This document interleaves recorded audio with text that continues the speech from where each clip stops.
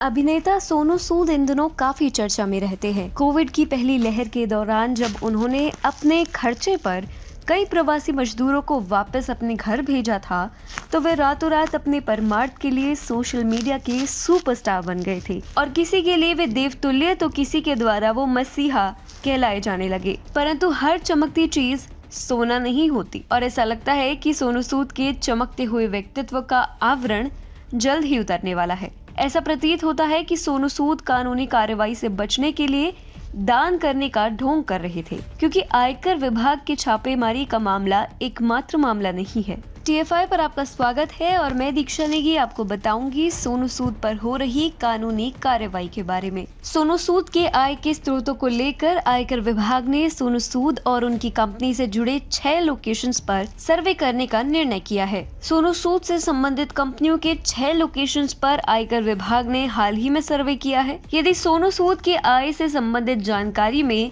वित्तीय अनियमितताएं सिद्ध हुई तो आगे आयकर द्वारा कार्रवाई भी संभव है। सूत्रों के अनुसार इनकम टैक्स विभाग की टीम ने अभिनेता सोनू सूद के मुंबई स्थित दफ्तर एवं मुंबई और लखनऊ शहर की 6 प्रॉपर्टीज पर बुधवार को सर्वे किया है।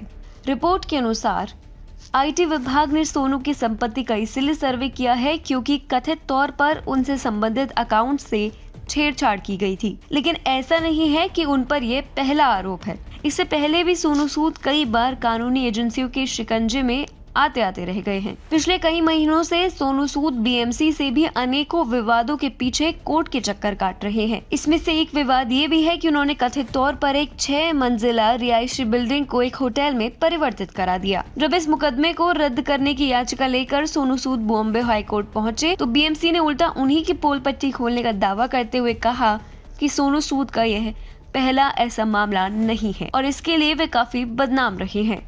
यूँ तो BMC भी कोई दूध की धुली नहीं है, परंतु उन्होंने सोनू सूद का एकदम सटीक विश्लेषण किया है, क्योंकि और कुछ हो ना हो कम से कम वे क्रेडिट चोरी में तो दोषी पाए ही गए हैं। अपने दान कर्म के कारण प्रसिद्ध हुए सोनू सूद कोविड की दूसरी लहर के दौरान भी मुंबई से ही लोगों को सुविधा प्रदान करने का दावा कर रहे थे। हालांकि उनकी चोरी एक जगह बुरी तरह पकड़ी गई। ओडिशा के गंजम शहर में एक मरीज को कथित तौर पर कोविड अस्पताल में बिस्तर की आवश्यकता थी और सोनू सूद ने तुरंत उसे बेड दिलवाने का दावा करते हुए श्रेय लूटने का प्रयास किया। हालांकि उस मरीज के बारे में जानकारी साझा करते हुए गंजम शहर के DM ने बताया कि वह तो होम आइसोलेशन में था और उसे बिस्तर की कोई आवश्यकता नहीं थी। इसके अलावा सोनू सूद ने जिन लोगों की मदद का दावा किया था उनमें से कई लोगों के अकाउंट्स कुछ ही दिनों बाद डीएक्टिवेट हो गए थे। ऐसे में अब प्रश्न उठना स्वाभाविक है कि क्या सोनू सूद कार्रवाई से बचने के लिए दान कर्म का नाटक कर रहे थे। ऐसा हो सकता है क्योंकि उनके अधिकतर दान जितने भी लोगों को होते थे वो या तो फर्जी होते थे या वो